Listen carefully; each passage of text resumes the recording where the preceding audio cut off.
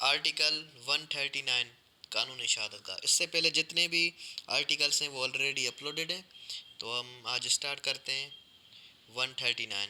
Previous जितने भी articles हैं उसकी लिंक डिस्क्रिप्शन में मौजूद है। तो स्टार्ट करते हैं 139। Evidence is to matters in writing. तो इसमें ये बताया गया है कि जो राइटिंग में हो एविडेंस वगैरह दी गई है ऑलरेडी पहले। जैसा कि होता है कि अगर किसी को बुलाया गया है तो वो ओरल एविडेंस दे रहा है। ओरल एविडेंस कोई ऐसी चीज़ जो रिटन में मौजूद थी, उसने ऑलरेडी ऐसा स्टेटमेंट या बयान दे पहले ही दे चुका है, तो उस पर कोर्ट और अपोजिट पार्टी डिमांड कर सकती है कि वो चीज़ पेश करो। फिर वो प्राइमरी एविडेंस जो होता है, ओरिजिनल डॉक्यूमेंट, वो, या फिर जो अगर वो नहीं मिल रहा, जैसा कि वो पेश नहीं कर पा रहे, तो फिर जो सेकेंडरी एविडेंस होगा वो। लेकिन जो भी राइटिंग में चीज़ होगी उसी पर जो वो होगा बयान होगा, चीफ उसी पर क्रॉस होगा। तो इसमें ये बताया गया है 139 में कि ऐसा कोई डॉक्यूमेंट हो गया, कोई ऐसी चीज़, मिसाल के तौर पर एग्रीमेंट हो गया या स्टेटमेंट हो गई जो पुलिस को देते हैं।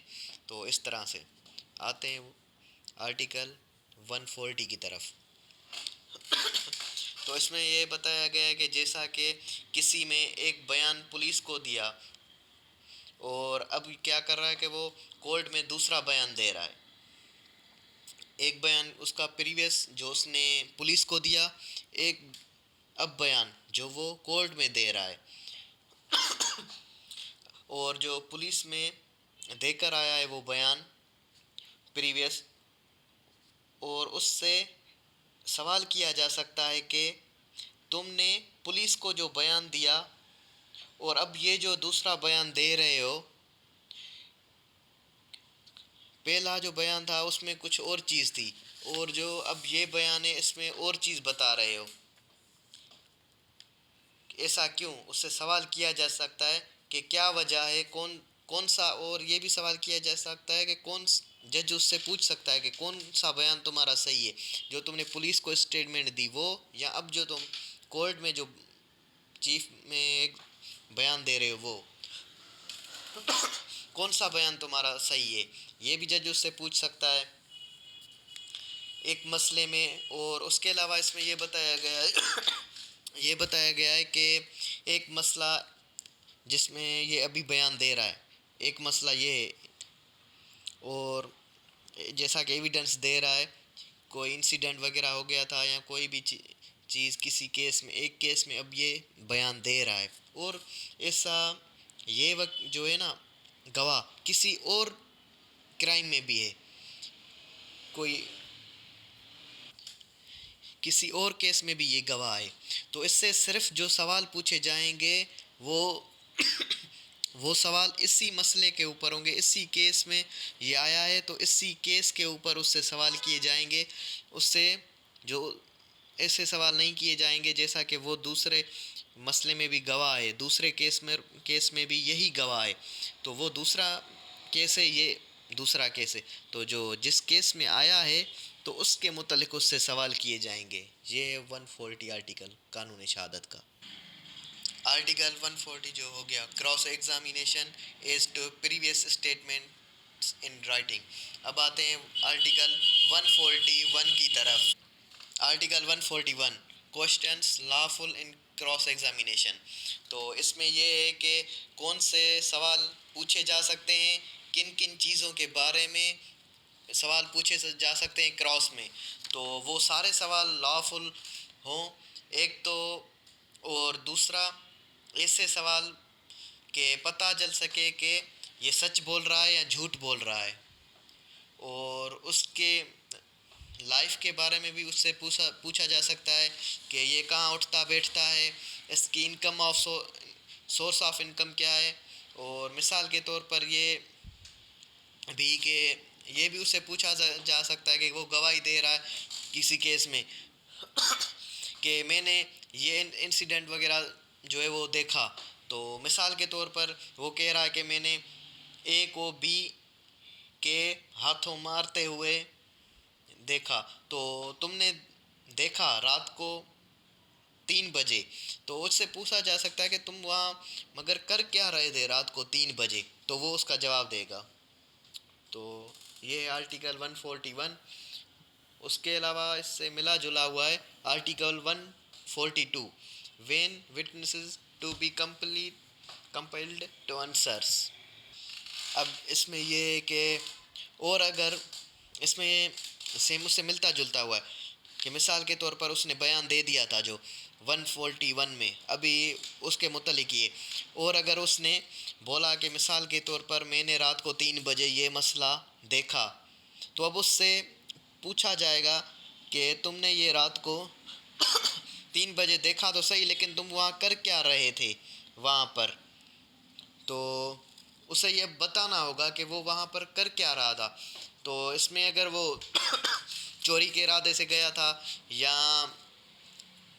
वहाँ पर कोई और किसी ऐसे इंक्रिमिनेटिंग सवाल हो गया ये कि जो उसको खुद को चोर साबित कर दे या उसको कोई और मसले में फंसा दे, तो अब ये है कि वो आर्टिकल 15 इस पे लागू होगा, जिसमें वो इंक्रिमिनेटिंग क्वेश्चन हो गया। तो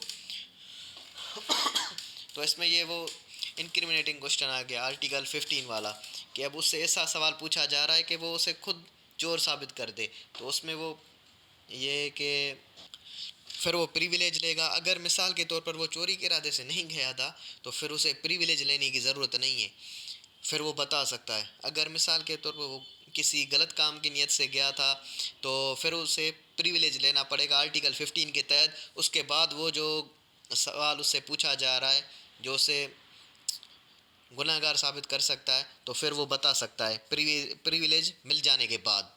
ये था आर्टिकल 142। अगर ऐसा नहीं है तो फिर वो ऐसे ही बता सकता है, फिर तो कोई इशू नहीं है, कोई मसला नहीं है।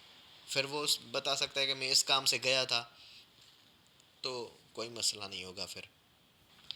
Article 143, call to decide when question shall be asked and when witness compelled to answer. इसमें ये बताया गया है कि कोर्ट डिसाइड करेगी कि कब क्वेश्चन पूछा जाए, सवाल कब पूछा जाए, और कब विटनेस जो है वो कब जवाब देगा।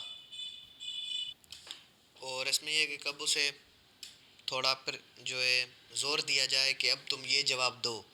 तो इसमें ये बताया गया है कि उसे थोड़ा ज़ोर दे के उससे वो चीज़ पूछी जाए, चाहे वो उसे क्रिमिनेटिंग क्वेश्चन हो गया जो उसे क्रिमिनल बना दे, तो फिर उसे प्रिविलेज भी दी जाएगी, लेकिन वो उससे चीज़ पूछी जाएगी क्योंकि वो केस के लिए बहुत इम्पोर्टेंट हो, कोई ऐसा मामला जो वो बता रहा हो। और ऐसे सवाल जो पूछे जाएंगे, फर्स्ट ऑफ ऑल तो जो सच्चाई को ज़ाहिर करें और जो ट्रुथ हो उसमें सच्चाई हो, और उसके अलावा जो हकीकत हो वो सामने लाई जाए, ऐसे सवाल उससे पूछे जाएंगे।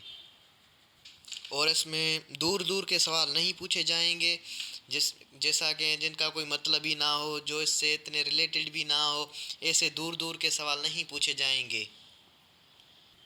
और ऐसे सवाल जो फैक्ट से भी रिलेवेंट ना हो और करेक्टर से भी रिलेवेंट ना हो, तो ऐसे सवाल जो होंगे वो अलाउड नहीं होंगे, वो ऐसे सवाल भी नहीं पूछे जा सकते। और ऐसे सवाल जो वो नहीं बताना चाहता, वो रिफ्यूज़ कर देता है, तो ऐसे सवाल भी वो कोर्ट स्किप कर देगी कि वो नहीं बता रहा। और article 144, question not be asked without reasonable ground. तो इसमें यह बताया गया है कि आप उससे ऐसा कोई सवाल नहीं कर सकते जैसा कि मिसाल के तौर पर कोई उसका ग्राउंड ही ना हो, जैसे आपको कुछ पता ही ना हो, ऐसे अंधाधुंध जो सवाल होते हैं वो नहीं पूछ सकते।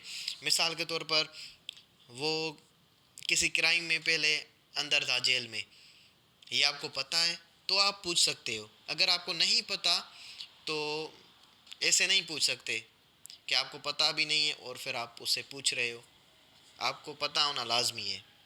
और article 145, procedure of court in case of question being asked without reasonable ground. तो इसमें ये सपोर्ट कर रहा है आर्टिकल 145 144 को, कि आप उससे जो है वो ये सवाल नहीं पूछ सकते जो आपको नहीं पूछने चाहिए, आपको रीज़नेबल ग्राउंड्स भी पता नहीं है फिर भी आप उससे पूछ रहे हो, तो उसके खिलाफ क्या होगा? अगर आप ऐसे पूछ रहे हो तो आपके लिए लेटर इशू होगा बार में, हाई कोर्ट में, कि आप ये गलत सवाल पूछ रहे हो, आप गलत एक्सरसाइज कर रहे हो, जो प्रोसीडिंग है केस की आप उसमें गलत चीज़ें ला रहे हो, तो आपके खिलाफ कार्रवाई हो सकती है। एज एडवोकेट आपके खिलाफ कार्रवाई हो सकती है, तो आप ऐसा नहीं पूछ सकते आर्टिकल 145 के तहत। वो कोर्ट जो होगी जहाँ पर आप ये ऐसे फालतू के सवाल जो पूछेंगे जिसका कोई रीज़नेबल ग्राउंड भी नहीं होगा, तो वो कोर्ट हाई कोर्ट में या बार काउंसिल में आपकी शिकायत करेगी आर्टिकल 145 के तहत। Article 146 indecent and scandalous questions. ऐसे सवाल जो सही जो डिसेंट ना हो, या कोई ऐसे सवाल जो उसको खुद को बदनाम कर दें, ऐसे सवाल जो है आप नहीं पूछ सकते आर्टिकल 146 के तहत। फॉरबिडन ने जो है वो बताया हुआ है। उसके अलावा ऐसा है कि मिसाल के तौर पर ज़रूरी हैं और रिलेवेंट हैं और रिलेटेड हैं फैक्ट एंड इशू के साथ, तो फिर आप कोर्ट परमिशन देगी, फिर आप पूछ सकते हैं कोर्ट की परमिशन के थ्रू, वरना फॉरबिडन ने मना किया हुआ है, ऐसे सवाल नहीं पूछ सकते आप। Article 147 procedure of court in cases of defamation, liable and cylinder.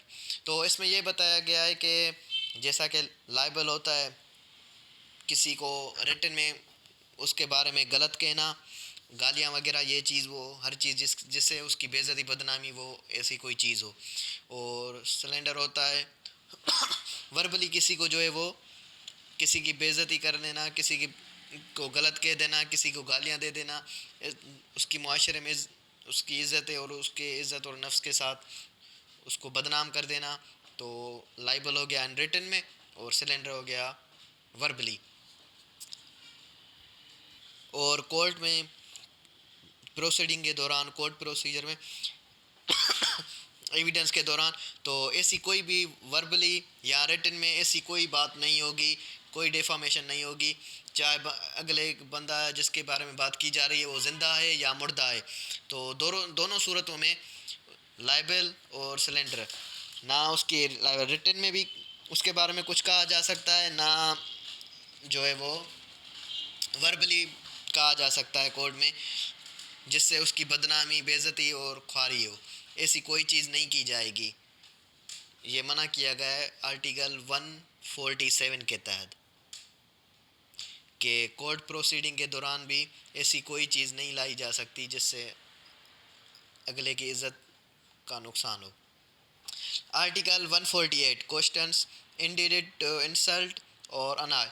तो इसमें यह बताया गया है आर्टिकल 148 में कि जो है कोर्ट के दौरान वो कोई एविडेंस वगैरह देने आया है, अपनी गवाही देने आया है, और उससे जो है वकील ऐसे सवाल नहीं कर सकता जिसमें उसकी इंसल्ट हो, उसकी बेइज्जती हो और उसकी बदनामी हो, या उस मतलब कि वो ख्वार हो, उसकी इज़्ज़त और नफ्स पर बात आ जाए। ऐसे सवाल उससे नहीं पूछे जा सकते कि जो उसके ख़िलाफ़ हो, इज़्ज़त का मामला आ जाए तो उस पर वो कोर्ट को जो होगा कहेगा ये मेरे पर्सनल अटैक कर रहा है या मेरी, तो ऐसे सवाल जो है वो वकील उससे नहीं पूछ सकता कि उसकी इज़्ज़त वाली बात पे आ जाएं जो। तो ये था आर्टिकल 148। आते हैं आर्टिकल 149 की तरफ। Exclusion of evidence to contract answer to questions testing veracity. इसमें यह बताया गया है कि मिसाल के तौर पर कोई गवाही देने आ रहा है, आर्टिकल 149 बता रहा है कि मिसाल के तौर पर उससे पूछा गया उसके करेक्टर के बारे में, तो उसने रिटर्न में गलत जवाब दिया नेगेटिव। तो अब ये नहीं होगा कि फिर उसे जो है उसने जो नेगेटिव जवाब दिया, अब उसी केस में फिर हम उसी को जो है साबित करें कि ये इसने नेगेटिव बात बताई है, अब हम इसे प्रूफ करें, बाद में केस को देखते हैं। ऐसा नहीं होगा। अगर उसने कोई गलत बात की है तो उस पर फिर अलग से मुकदमा चलेगा। बाकी इस केस को जो है ना आगे चलाया जाएगा। इसमें ये नहीं देखा जाएगा उसने जो बात गलत की है अब उसको अगर इसी केस में जोड़ेंगे तो फिर प्रोसीजर जो होगा केस का वो स्लो हो जाएगा। तो इसमें ये होगा, अगर उसने गलत बात की है तो उस पर मुकदमा अलग से दर्ज होगा। अगर उसने ऐसी कोई गलत बात की है तो उससे उस पर जो होगा अलग से मुकदमा दर्ज होगा। वो इस केस में जो है वो नहीं साबित होगा, वो अलग से। और उसके अलावा मिसाल के तौर पर किसी ने फॉल्स गलत एविडेंस वगैरह दिए, तो गलत दिए तो उस पर भी मुकदमा होगा। बाकी उसमें ये नहीं है कि ये देखा जाएगा कि इसने गलत दिए या सही दिए, अब फिर उसको प्रूफ करें जो उसने स्टेटमेंट दिए, अब फिर उसको ही प्रूफ करें कि ये इसने गलत कहा है, फिर उस पर भी एविडेंस चले। उसी केस में ये नहीं होगा। हाँ, उसने अगर गलत दी है, नेगेटिव दी है, तो फिर उससे अलग मुकदमा होगा, अलग केस बनेगा उस पर। लेकिन इस केस में उसको गलत सही साबित नहीं किया जाएगा।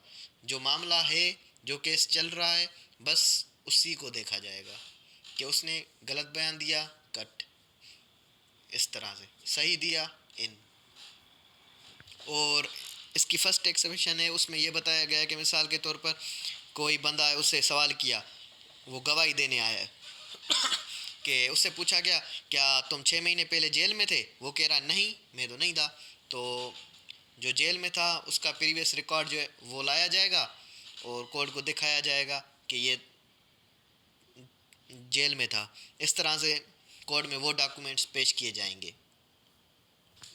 और दूसरी एक्सेप्शन ये है कि इसमें ये बताया गया है कि मिसाल के तौर पर जिस पर वो गवाही देने वगैरह आया है, तो उसको ये देखा जाएगा कि इसकी कोई इससे ख़ानदानी दुश्मनी या इनकी आपस में कोई झगड़ा वगैरह, या इनका पिछला प्रीवियस रिकॉर्ड जिनसे ये पता चले कि ये इनका आपस में कोई झगड़ा था, इनका कोई अपना मसला था, ये वो इस तरह की दो चीज़ें, तो फिर वो कोर्ट उसमें देखेगी। तो ये एक्सेप्शन थी फर्स्ट और सेकंड, 1 और 2। तो इनमें ये होगा कि कोर्ट देखेगी। इनके अलावा कोई दूसरा मसला है तो उसमें ये कोर्ट नहीं देखेगी, उसको कहेगी कि इसको हटाओ, केस को आगे चलाओ। ये आर्टिकल 149 कानून शहादत। इससे पहले जितने भी प्रीवियस आर्टिकल्स हैं वो ऑलरेडी अपलोडेड हैं। बाकी जो रह गए वो नेक्स्ट में अपलोड कर दिए जाएंगे, लिंक डिस्क्रिप्शन में मौजूद है।